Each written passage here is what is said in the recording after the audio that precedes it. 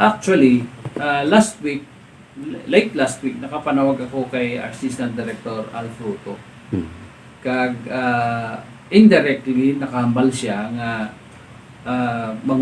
bangod sa ilang I can understand nga balaan niya ang tawag ko kay talaga pa kayo ako sa update. So officially subong ko lang nabaton. Okay. Alas 12 G subong nga aga. November 24. Ang ining sulat niya sa akon gahatag sang update no sang kag ano ang ila ginaobra subong no. Okay. So kung sa diin na subong ang bula unang kawunta no kay ti ara na sa ilang bula pero which part of their bureaucracy opisina ang setups ang sitwasyon subong. So sa sulat niya sa akon ginbasa ko diri nga ang rekomendasyon sa Bureau of Design kag sa consultant nga mutong gin-shoring na nila. Na-shoring na nila meaning na nabutangan na nila laki-laki Okay. ang girder nga para wala na si movement. Pero ang amo ni ang medyo masubo basahon ko. Yes. If I may quote. Please be informed that the temporary shoring on Piers 5 and 6 was as recommended by the Bureau of Design. DPWH Central Office and consultant is already completed. This is to arrest the further settlement of the piers. However, we regret to inform the committee that as of today, meaning sa November 22 yung sulat, pero subong ko lang nabaton, we have not yet received the final recommendation as to the permanent engineering measures Okay. that will be applied or instituted. The contractor of the project is ready to commence and is committed to expedite the completion of the recommended structural measures once it is already final and the guidance to already proceed its execution.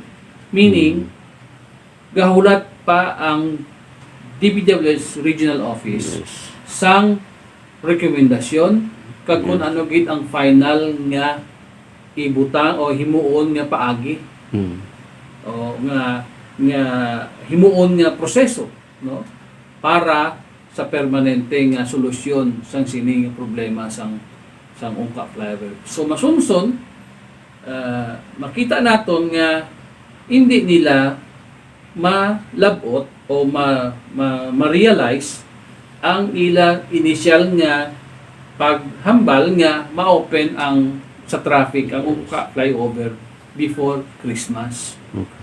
So that is the sad reality. So ang subong ang ako na nagapanumdum na ako kung anong atong himuon kay ti kung diri nakita nga as of this time ang Bureau of Design sa Central Office, hello, wala pa sila ka himo sang ila rekomendasyon kung ano ang institute nga urobrahon parte sa dira nga concern sa flyover.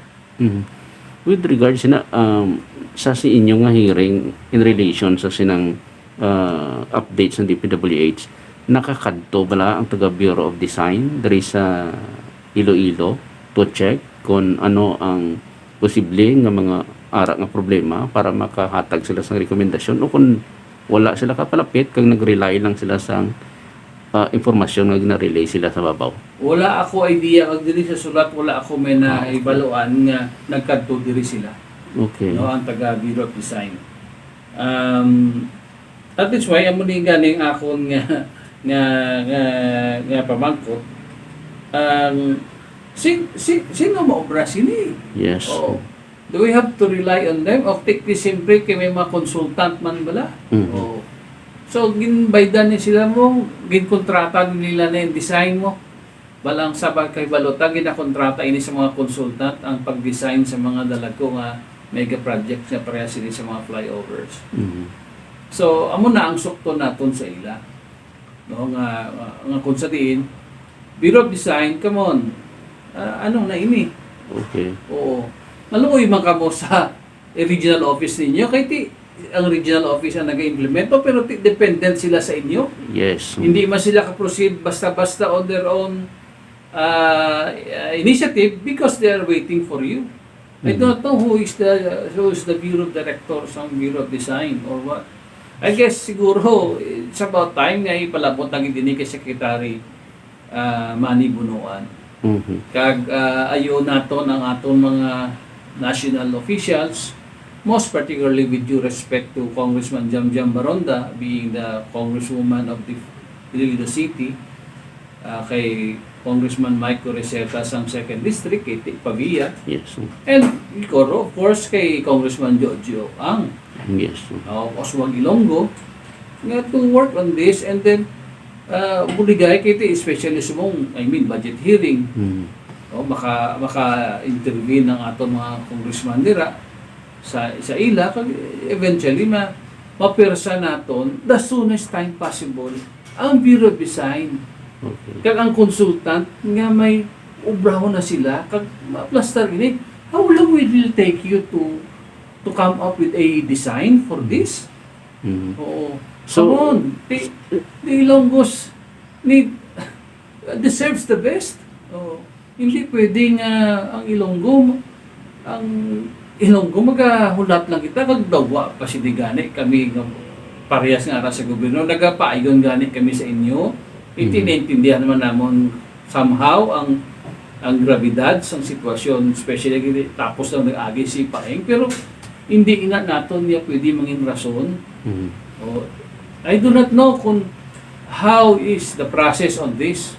May timeline ba? Dapat siguro may timeline man ang regional office from the Yes. Bureau of Design to act on this.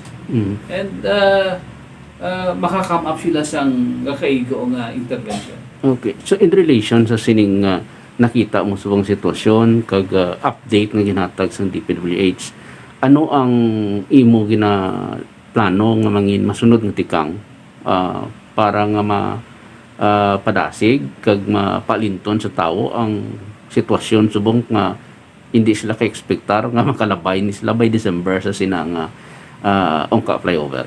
We will say what is a spade is spade, what is black, what is white. This is the document. Mm. Ipabalota sa ilang iti. Nag-ambot sila sa simple nga sugilanon, asa sa subong, nagahulat ang DPWH Regional Office sang kung ano ang design. Mm. O ano ang mangin intervention, ano ang mangin lihok nga maghalin sa central office sa ilang Bureau of Design kag consultants. Oo. So, along this line, ako yan ang tanaw ko, maayo kita kay Secretary Bunuan agad. Mhm. Kay Secretary Manny Bunuan sa DPWH, kag ang mga leaders naton sa ibabaw, no, nga maka-represent pagid.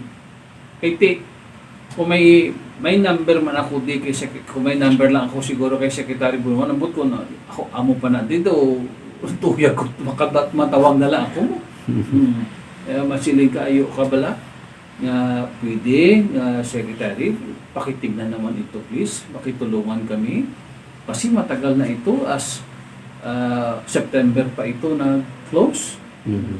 Hanggang ngayon wala pa, and sa committee hearing namin most likely para nakita ni ARD na baka pwede kung sa tingin niya baka pwede na madaanan na ito, ma-open na sa public kung siguro dumating na yung design ng Bureau of Design at saka ng consultant natin, pero this time wala. Mhm. So are we expecting privilege speech sa sining bagay para nga matandog kag makapadala ng sang resolusyon to address naman sa sining concern? I will be. Mhm. Oo, maipakonto ini. Makon kita mapalabog kita sa aton sentimento. Mhm. Kag balang ko mga kaupod ko sini, this is going to be a lengthy discussion. I believe on the next regular session on November 29.